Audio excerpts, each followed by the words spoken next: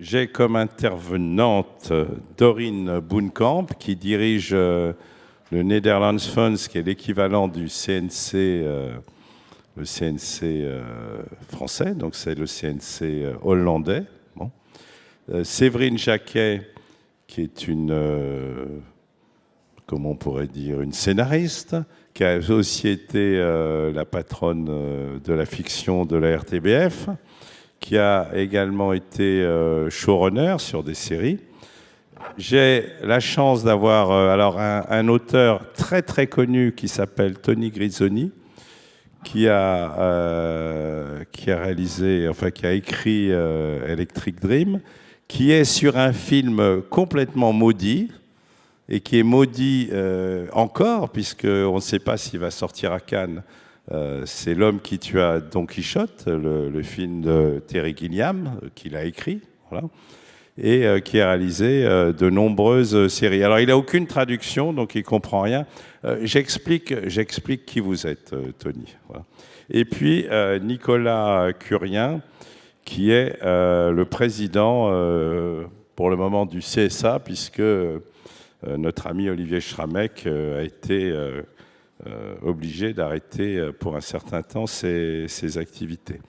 Donc le débat d'aujourd'hui, c'est sur la politique culturelle, la diversité, le droit d'auteur. Vous savez qu'il y a eu une décision importante qui est intervenue à Bruxelles, puisque a été adoptée sur les principes, il y a encore quelques formalités à faire, la directive sur les services de médias audiovisuels qui prévoit pour les plateformes Internet, et je sais que ça fait plaisir à Red Hastings qui était là tout à l'heure dans les étages, qui a prévu des obligations de présence d'œuvres européennes sur les plateformes Internet qui diffusent des films et des œuvres audiovisuelles, et qui a surtout prévu le fait que les obligations financières d'investissement de ces plateformes seraient fonction des recettes réalisées dans les pays de diffusion, et pas simplement qu'on n'appliquerait pas la règle du pays d'émission. Donc c'est un changement complet par rapport à la directive Télévision sans frontières qui permettra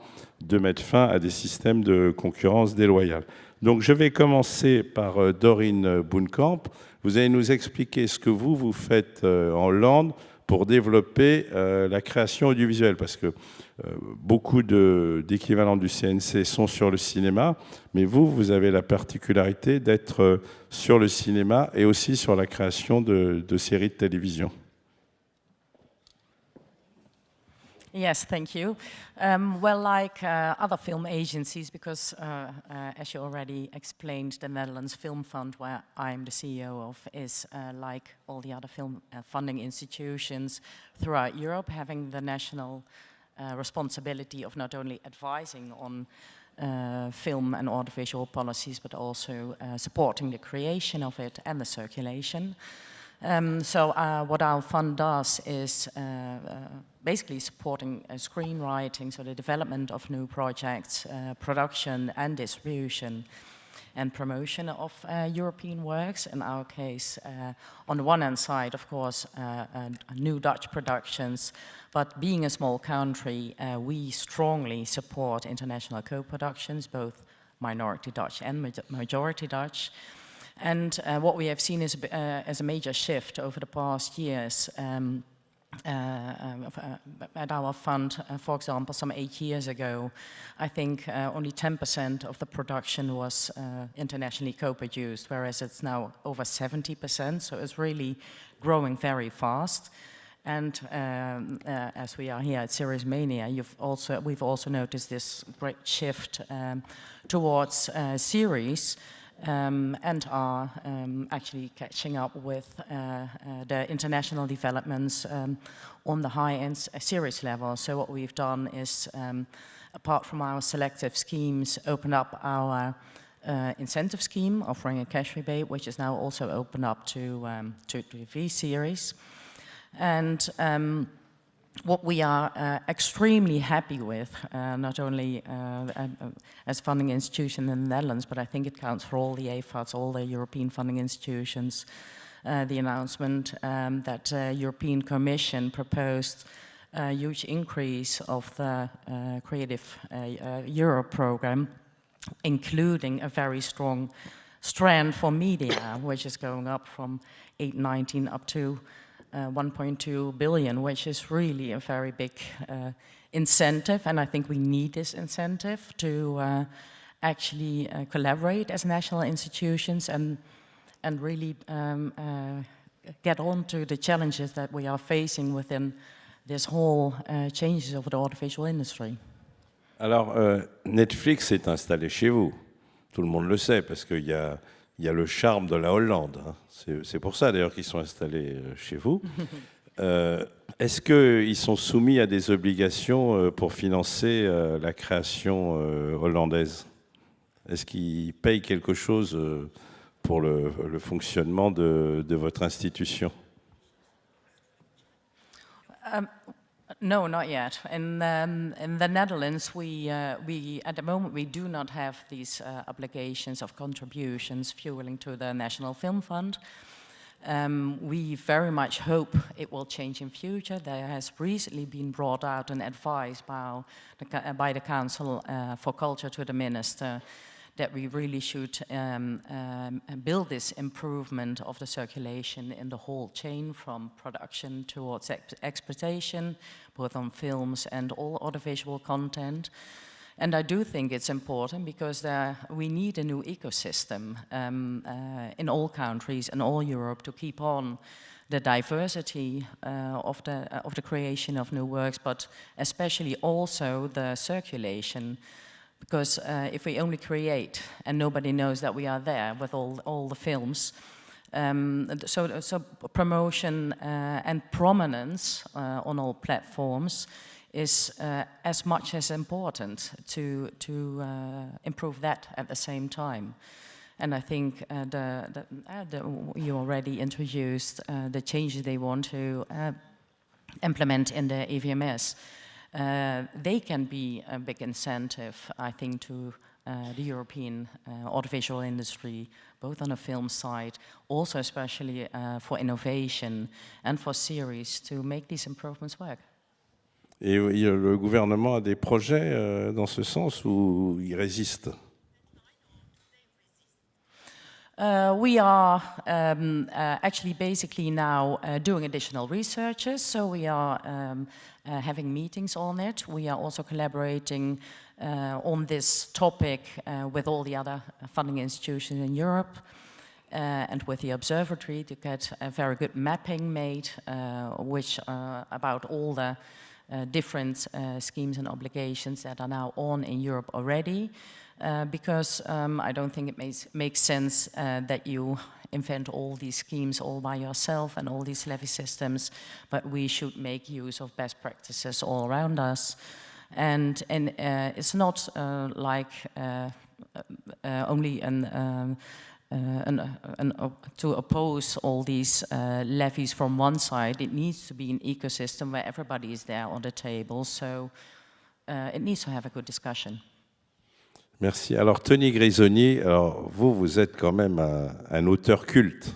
Hein. Vous êtes auteur, scénariste, showrunner.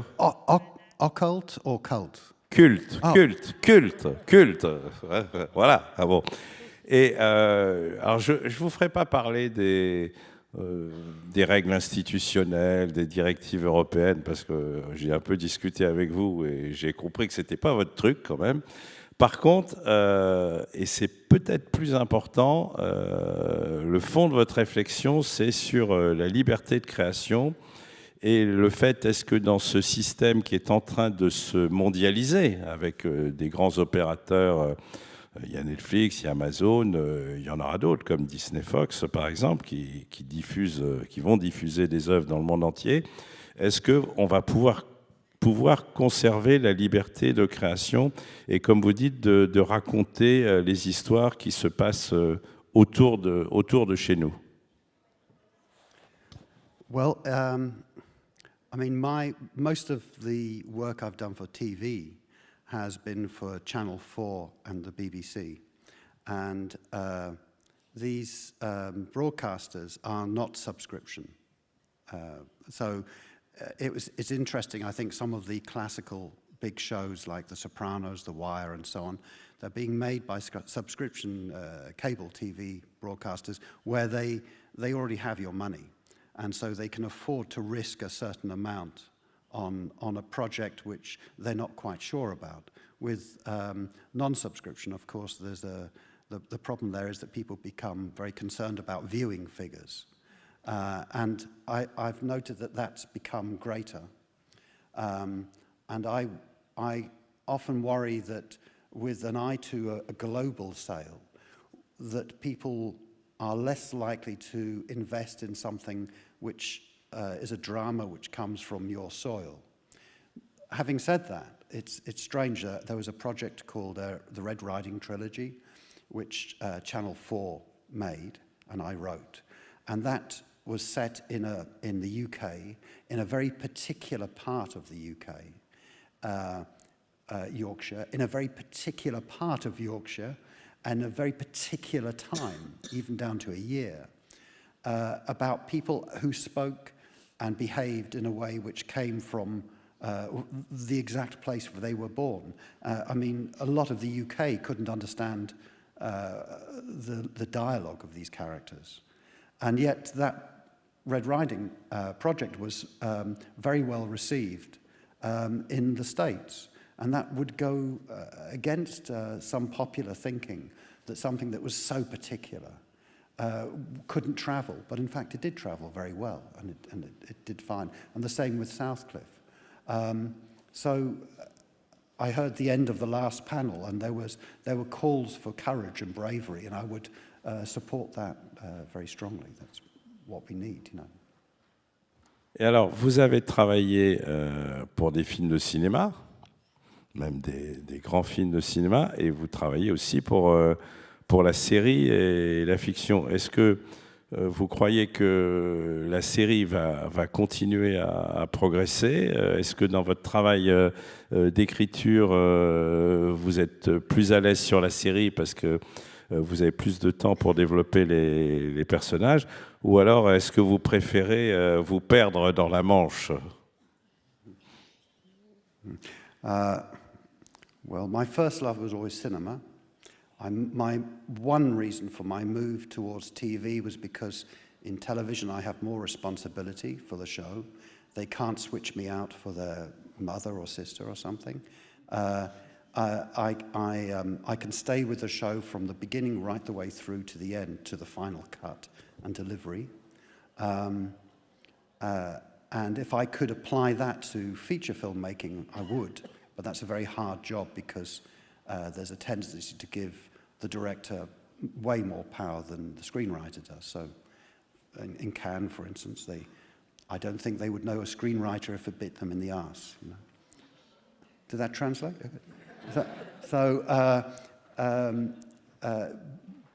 And I enjoy this series format, but the truth is that most of what I've done has just been like a long feature film, like a 3, 4, 5-hour feature film. Because I think of the story being limited and going right across the parts. So that's how I've approached it.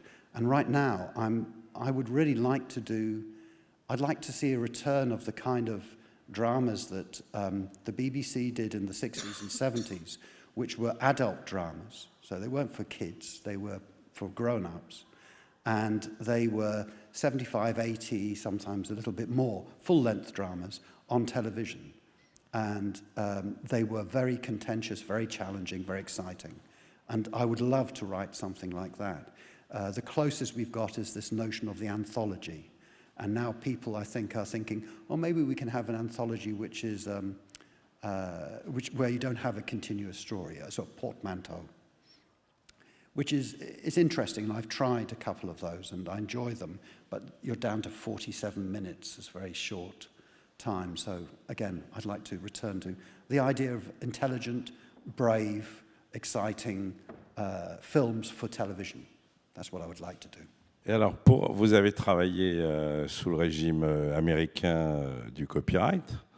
Vous avez travaillé sous le régime anglais. Alors, c'est pas copyright, mais ça ressemble. Bon. Est-ce que vous avez réussi à négocier des intéressements sur le succès de vos films et de vos séries de télévision? I have done, yes. I mean, there's always this, the choice is, do you have the bird in hand? So in other words, do you get 100% of your script fee on the first day of photography? Or do you trade that in for payments throughout, which will then rest on the success or otherwise of what you've done?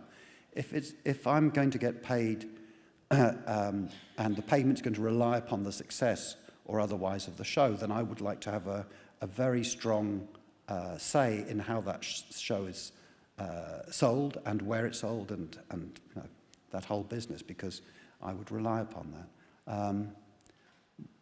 But the truth is, and I hope my agent isn't here, I would trade in a lot of money for responsibility and to have a real effect on the show. I think most writers would say the same thing, maybe in private, not publicly like me. Merci. Alors, Séverine Jacquet. Alors, Séverine est scénariste. Elle est aussi... tu as produit aussi, je crois, non? Je commence. Oui, tu commences. Et elle a été la directrice de la fiction de la RTBF. Donc, tu as été des deux côtés. Et tu as fait partie aussi du convoi qui a été à Los Angeles pour rencontrer les showrunners et participer à un stage, je crois, aux États-Unis. Bon. Il y a 3 ans, la SACD avait organisé un concours pour envoyer 2 auteurs suivre pendant une semaine le travail des Writers' Room, mais aussi rencontrer les diffuseurs américains, câbles et network. Donc j'ai eu cette chance d'être tirée au sort par... je vois Sophie Deschamps au premier rang. Et donc, c'est Sophie qui t'a tirée au sort. Oui, mais la veille de Noël, et j'étais une des dernières inscrites, et c'était mon cadeau de Noël, c'était génial. Et j'ai eu la confirmation pendant cette semaine-là que là où on était on n'est pas du tout inférieur, les auteurs français, en termes de pensée, de vision du monde et d'art d'écrire. En revanche, en termes d'organisation du travail, de protection des rôles respectifs et de définition des rôles respectifs, alors là, on était encore dans une jolie jungle qu'on tend à aménager pour essayer de faire des séries de plus en plus fortes, des narrations de plus en plus hautes et des séries qui puissent monter sur la scène internationale et pas seulement satisfaire le public domestique, ce qui est déjà très bien. Et donc je suis revenue avec des étoiles dans les yeux et pas pro-américaine, mais pro-organisation de l'écriture, sachant malgré tout qu'il y a des séries qui s'écrivent, des mini-séries qui s'écrivent à un seul auteur, ou même des longues séries comme Viking. Mais voilà, l'organisation des Writers' Room et la définition des postes et les pouvoirs attribués à chacun définis en amont m'ont laissé très très rêveuse. Voilà. Et ça, c'est lié à l'organisation ou c'est lié aux conventions collectives assez strictes qui régissent le travail des scénaristes aux États-Unis? Elles découlent de ça, elles ont été gagnées pour ça, mais je crois surtout que c'est un pays qui historiquement a le sens du show, fait passer la satisfaction du public et la vente des programmes au-dessus de politiques internes, et que au fil des années, les combats faisant, les négociations entre auteurs et producteurs se faisant pour le meilleur des séries, ils sont arrivés à cette organisation-là, qu'on peut aussi critiquer à certains égards, mais en tout cas qui fait envie sur la place de l'auteur. Je ne peux pas le dire le contraire, on arrive sur place chez Showtime et ils nous disent « Author is king ». Voilà, ce qu'on ne nous dit pas quand on arrive à France 3, mais c'est pas obligé non plus, mais voilà. En fait, il faudrait envoyer nos France Télévisions, France TF1 et tout ça, faire un petit stage aux États-Unis, quoi, non? Mais il y en a beaucoup qui l'ont fait. Je sais que ce stage-là, Marie Guillaumont l'a fait qui était directrice de la fiction de TF1 et qui en avait tiré des enseignements sur sa manière de commanditer les shows et de choisir ses programmes. D'ailleurs, elle a quand même proposé un renouvellement assez ambitieux de la fiction de TF1. Il y a pas mal de producteurs qui sont allés faire ce stage. Après, c'est compliqué de bouger, nous, notre organisation qui s'est sédimentée autour d'une autre manière de faire. On nous dit... en France, vous êtes un producer-run industry. Aux États-Unis, they say, even if it's not always true, it's an author-run industry. So, what do you think of that? Is it an author-run industry in the US? That's the impression, but I think those authors aren't ever just authors. Think David Chase. Yeah. He's also a producer. You have to be. He's exactly. Yeah. So they're not writing to someone. They are working for themselves. Sure. And they're very, and someone like David Chase, who was in Serious Mania the other year, you know, he runs those writers' rooms in a very tough way. Yeah. Actually, yeah. The writers are the worst with the writers. Yeah. Because they know. Yeah, because they know. Et alors, ce que je veux dire, c'est que du coup, moi, je me suis mis à vouloir devenir auteur-producteur pour pouvoir être, puisque c'était pas possible en l'état, tel que le système français fonctionne, d'être à la fois auteur, créateur de séries et de pouvoir suivre, de pouvoir être le garant de l'intégrité artistique de la série. Finalement, je me rends compte que la seule manière de pouvoir l'être, c'est d'essayer de rentrer à la table des producteurs, sans être en étant producteur artistique, mais en ayant une parcours pro. Alors c'est long, on va pas avoir, c'est très très long à détailler les subtilités pour que ça se fasse dans de bonnes conditions. Mais ce que je voulais dire, c'est que pour revenir à la diversité et à ce que disait Tony, pour tenir la concurrence à l'international et proposer de renouveler le genre et pas être toujours dans la duplication des programmes que font les plus grands pays qui ont plus d'argent, on a besoin, nous, de pouvoir donner tout notre art, d'être tout le temps sincère et d'être toujours capable de travailler, de se remettre en question, entre guillemets, pour dire grossièrement, de se foutre à poil pour créer des choses qu'on n'a jamais vues et des écritures fortes. Quand on fait ça quand on est jeune auteur, on a tout de suite envie de le faire. On est sincère. Yeah, it's interesting, isn't it? A big successful show like The Sopranos, for example. Which one? The Sopranos. Yeah. The thing about The Sopranos, people forget, but when it first began, it was a very brave show in many ways. And also, again, very specific. Yeah. You know, you were in a particular part of New Jersey. That particular character, I mean, even something like Breaking Bad, which was gentler in that way. Again, it was very transgressive, the idea of a school teacher making this drug. And again, in a very particular place. Et donc, pour faire des bonnes choses, on doit assumer notre étrangeté de proportion, étrangeté de personnage, l'assumer longtemps. Et on le fait en général au début, quand on est jeune auteur, on arrive comme ça totalement inconscient avec des personnages qui ne ressemblent pas à ce qui a déjà été acté en télé. Et puis ce désir s'émousse parce que cette sincérité se perd, cette volonté d'être sincère se perd sur la table souvent des négociations financières, des demandes des diffuseurs. Et c'est dommage parce que donc c'est l'exemple que j'avais retenu de l'expérience belge, c'est que la Belgique francophone repartait en année zéro de production de séries. Les auteurs et les producteurs étaient finalement, c'est pas ce que j'encourage, les finances étaient très faibles, ils étaient tous au même niveau. Et ils ont tout donné, et les deux premières œuvres qui sont sorties ont traversé toutes les frontières parce tout le monde a donné le meilleur de lui-même.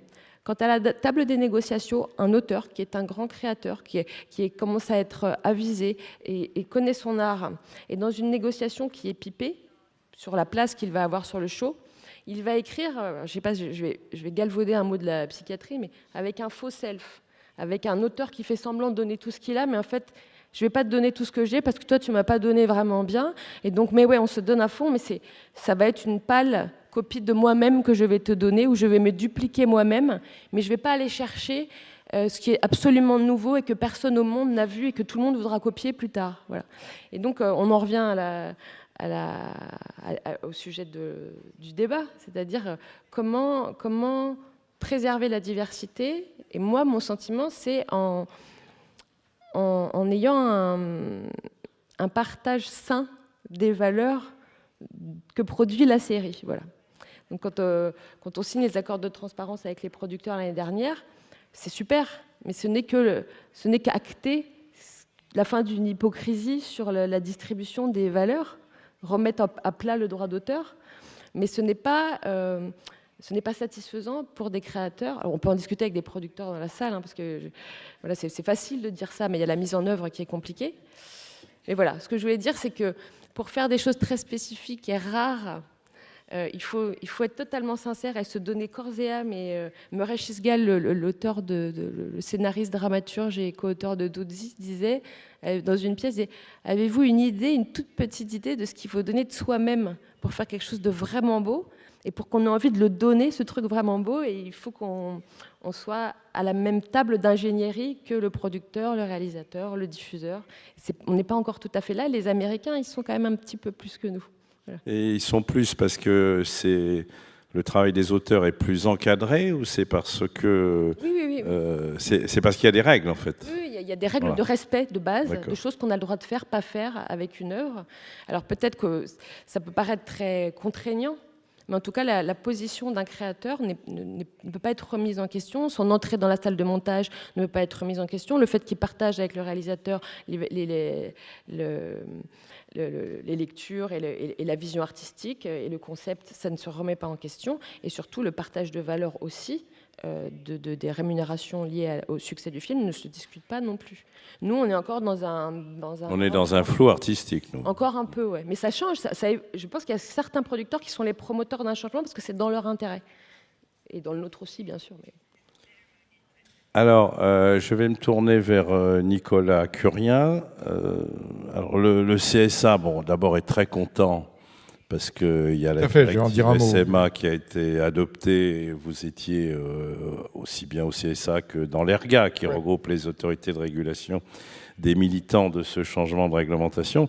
Et puis vous nous direz peut-être un mot de la directive droit d'auteur qui est actuellement en discussion. Parce que je suis sûr que le CSA est un militant de la rémunération proportionnelle des auteurs dans toute l'Europe. Ça, vous vous battez pour ça jour et nuit. Absolument. Le CSA est comme le créateur. Il se donne corps et âme au service des bonnes causes, celle du droit d'auteur et celle surtout des téléspectateurs. En ce moment, sur le droit d'auteur, vous savez que j'ai un gros problème. Hein. Oui. C'est la Bretagne Sud, hein. Il va falloir nous aider quand même. Bon, mais vous savez aussi que le CSA est la maison des médias, donc vous êtes le bienvenu pour en parler.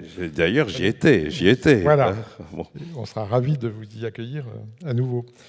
Oui, donc jeudi dernier, comme vous l'avez dit, est un grand jour, puisque le trilogue entre le Conseil, la Commission et le Parlement européen ont conduit à un accord sans précédent et inespéré. Rappelez-vous qu'il y a un an, on se battait pour que le 20% d'exposition d'œuvres européennes devienne 30% et on l'a obtenu.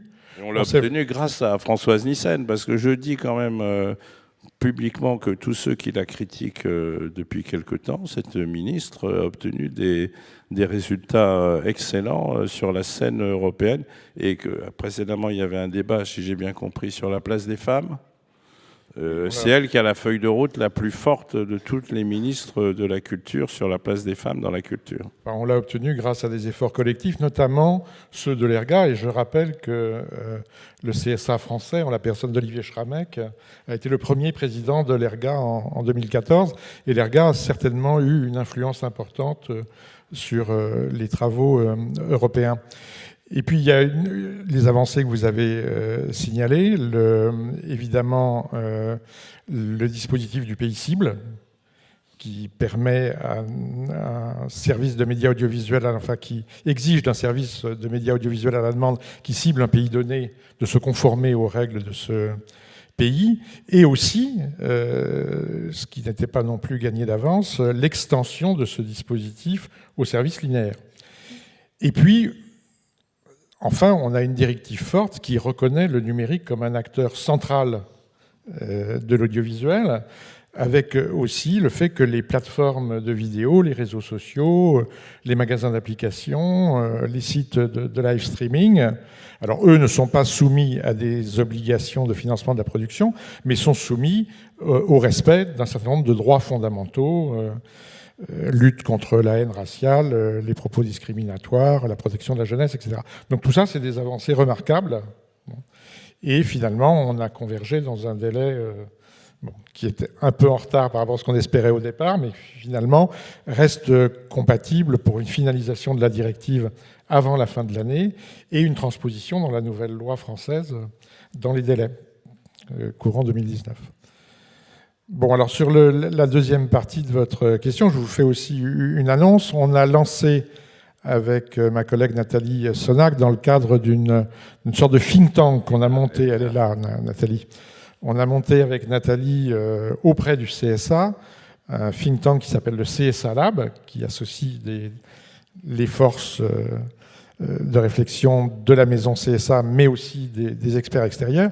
On a mené un exercice de prospective à l'horizon 2030, à quoi ressemblera le paysage audiovisuel français en 2030, et surtout, qu'est-ce qu'il faut faire aujourd'hui, en 2018, pour faire advenir un scénario favorable, qu'on a appelé scénario de symbiose, à l'horizon 2030.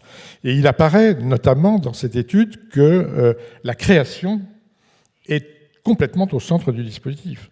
Sans œuvre de qualité, sans contenu de qualité, il n'y a pas d'économie de l'audiovisuel.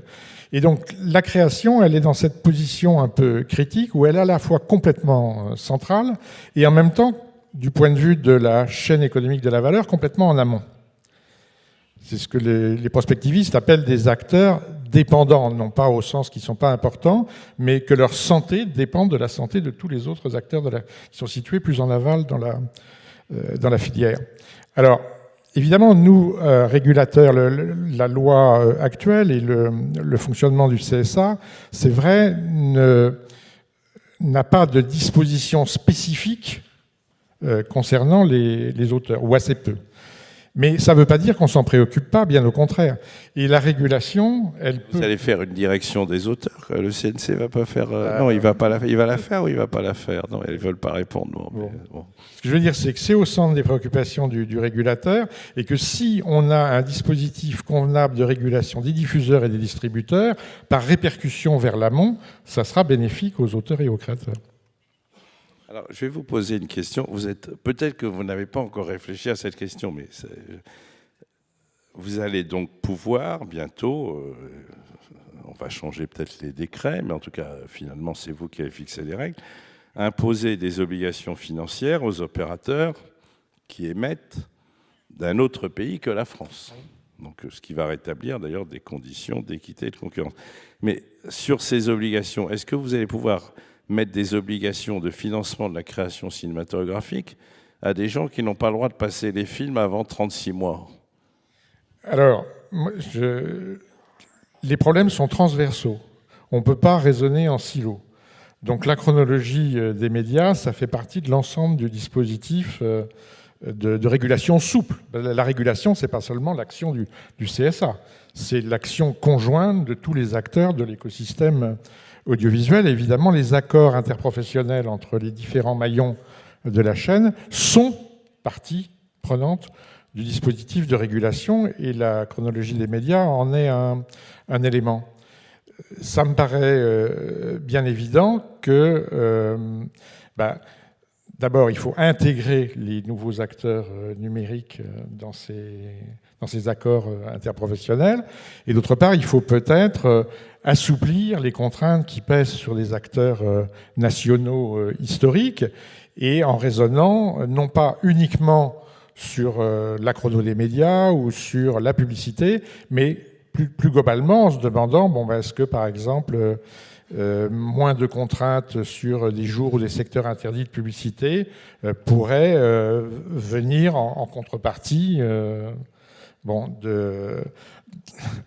d'une modification. Vous n'allez pas me dire que vous êtes pour une troisième coupure dans les films, parce que sinon, vous ne ferez que favoriser les plateformes qui ne coupent jamais. Alors là, la troisième coupure dans les films, ça ne dépend pas directement de nous. Il faudrait que la loi change pour que le décret change pour que ce soit permis. Non, mais vous pouvez avoir une opinion, quand même. Oui. Alors, mais il y a des... Bon.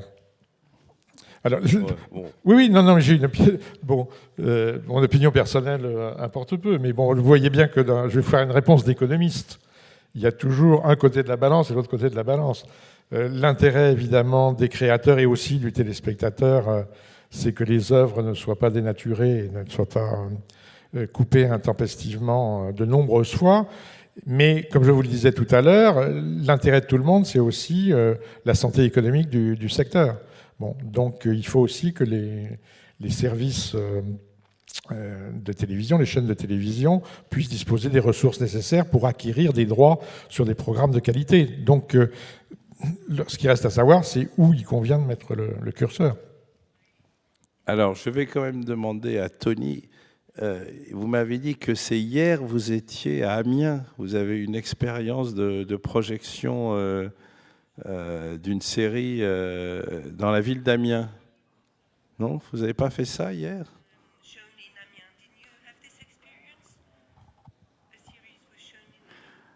Yes, I mean, it's last night we showed the first 2 episodes of The City in the City, which was a show I wrote, and we showed it in Amiens, which is an hour and a half away. But my experience was simply that I really enjoyed going to. I enjoyed this idea of this particular area being part of this festival, which is something I can't think of an equivalent in the UK. And also the fact that it was a full cinema, it was a very beautiful cinema, that everyone was very enthusiastic and the questions and so on were great, and I just enjoyed the involvement. But that's something I find more in France than I do in the UK. I mean, people know more about what I write in France than they do in the UK, and I think maybe are more interested sometimes. C'était la Maison de la Culture d'Amiens où vous étiez, en fait. Voilà. Yes, yes, yes. Parce que ce qu'il y a de formidable dans ce festival, c'est qu'il se délocalise. Il n'est pas simplement qu'à Lille, il est dans d'autres villes de la région. Alors, je vais vous poser une question. Est-ce que vous avez, en Hollande, milité pour ce changement de directive, ou alors est-ce que vous êtes dit, si jamais les opérateurs qui sont installés chez nous en Hollande sont soumis aux règles françaises, anglaises, allemandes, ils vont partir de Hollande? Qu'est-ce que vous avez défendu comme idée dans la directive? As representative of my fund... pour le fond, je parle pour le fond, je ne parle pas pour le gouvernement, pour le fond. Personally, yes, of course. So of course, I'm very happy with the proposal, like the other funding institutes, because we do think it's important, and actually, maybe it's even surprising that it doesn't come from the operators themselves. I mean, why don't you want to be part of this beautiful ecosystem and make these beautiful works all together? And if we need some regulations, yeah, we need some regulations. Yes, I'm very much in favor of them. And concerning the copyright, I do. It's a difficult discussion. And there is one thing that I think is of major importance, not only to actually to all rights holders and also to all funding institutions, and that is data transparency.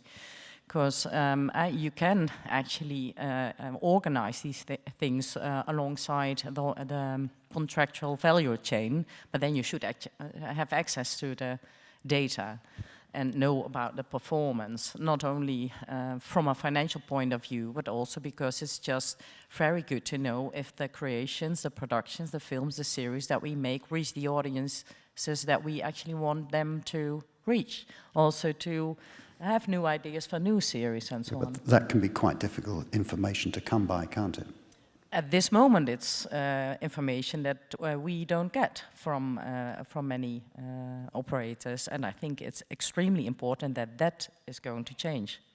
Ça, c'est un sujet important. Ça pourrait d'ailleurs être introduit dans la directive sur le droit d'auteur. C'est que pour le moment, je ne parle pas de la SACD, parce que nous, on a un contrat qui nous permet, pour les œuvres de répertoire, d'avoir les chiffres de vision par le public sur les plateformes, puisqu'on a besoin de ces chiffres pour répartir l'argent aux auteurs. Parce que je dis en passant à mes amis de Canal+, que quand ils nous versent quelque chose, on le reverse. On n'est pas une boîte noire. C'est ce qu'a déclaré M. Thierry à l'Assemblée nationale, qu'on était une boîte noire. Et lui, c'est un décodeur noir. C'est plutôt lui le décodeur noir. Bon. Donc, ce serait quand même très important qu'il y ait une réglementation qui permette aux ayants droit de savoir, aux auteurs, aux producteurs aussi, quel est le résultat de leur œuvre sur les plateformes. Parce que sinon, vous vendez à l'aveugle. S'il y a 10 000 personnes qui regardent l'œuvre, ou s'il y en a 10 millions ou 100 millions, c'est pas du tout pareil pour la valeur de l'œuvre, même sur des exploitations futures. Donc je pense que ce que vous dites là, c'est très important, et ça devrait être un combat des différents gouvernements européens et aussi des CNC, qui eux ont établi la transparence sur les recettes des salles, par exemple, pour que ces données qu'on connaît à la télévision on a les audiences quasiment instantanément, que ces données puissent être communiquées aux ayants droit. Hein, et vous soutenez cette thèse. Voilà. Yes, yeah. Ça, c'est un enjeu fondamental de l'économie de la donnée. C'est le partage de cet or nouveau qu'est la donnée entre ceux qui la collectent, c'est-à-dire essentiellement les distributeurs, et ceux qui peuvent l'utiliser pour améliorer leur programme, qui sont les diffuseurs. Mais c'est urgent, parce que si on veut faire quelque chose, bon, comme la directive SMA, elle est adoptée, on ne va pas rajouter quelque chose maintenant, c'est dans la directive droit d'auteur qu'il faut le mettre. Donc, c'est très important que ces données puissent être partagées et connues des ayants droit. Alors, est-ce qu'il y a des questions dans la salle pour nos intervenants? Je ne sais pas si c'est prévu. Je ne vois pas de main se lever. C'est le silence absolu. Bon. Eh bien, je vais conclure ce débat, à moins que vous ayez quelque chose à ajouter. Séverine? Oui, non, mais je rebondis Voilà. sur ce que vous dites, mais j'attends de vous, enfin de la SACD, que vous fassiez sur les plateformes ce que vous faites pour moi. Non, mais nous, on va le faire. Oui. C'est-à-dire que, Séverine, quand vous aurez la chance d'avoir une de vos productions diffusée par Netflix, vous aurez le nombre de personnes qui ont regardé le programme, et vous aurez une répartition de vos droits qui sera fonction de ces visions. Ça, je vous garantis que vous l'aurez. Par contre, dans les autres pays européens, comme le système de rémunération proportionnelle n'existe pas partout, dans les pays où il n'y a pas de rémunération proportionnelle, là, c'est la boîte noire. Là, je ne pourrais pas vous dire quels sont le nombre, les recettes d'exploitation de vos œuvres, et vous devrez demander aux producteurs de vous reverser, ce qu'ils feront naturellement volontiers, de vous reverser les sommes qui vous sont dues par vos contrats. Voilà. C'est pour ça que c'est important que ce système de rémunération s'étende, parce qu'il permet d'assurer la transparence des données, la transparence des recettes pour l'ensemble des participants à la création, que ce soit d'ailleurs les producteurs ou les auteurs. Nicolas. Oui, en écoutant ce débat, je me demande quelle teneur il aurait dans 10 ans. Et je me disais que le prochain grand débat, probablement pour les auteurs, c'est quand les spectateurs et les usagers deviendront eux-mêmes co-auteurs des œuvres. Et coproducteurs des œuvres. C'est-à-dire qu'un des effets du numérique, à mon avis, c'est pas simplement de délinéariser la programmation des contenus, c'est aussi de délinéariser la chaîne de valeur. Et que justement, c'est un bémol à ce que je disais tout à l'heure, les auteurs ne seraient pas forcément complètement en amont. On voit la chaîne de valeur de l'audiovisuel comme un segment où à l'extrême amont, on a les auteurs et à l'extrême aval, on a les téléspectateurs et les usagers. Il est possible que la boucle se referme et que les téléspectateurs, avec l'hybridation des contenus, la réalité virtuelle, l'intelligence artificielle, participent à l'œuvre. Donc ça veut dire qu'il y aura des millions de membres de la SACD. Alors là, je ne saurais plus comment gérer toutes ces données, tous ces comptes qui seront ouverts. I think this is designed by David Lynch. En tout cas, moi, je vais vous dire quelque chose, Nicolas, c'est que je nous souhaite à tous d'être encore là dans 10 ans et pour refaire ce débat. C'est avec plaisir que je le referai. Ça va sans dire. Merci beaucoup, merci à nos intervenants et je vous souhaite à tous une bonne journée et de bonnes projections.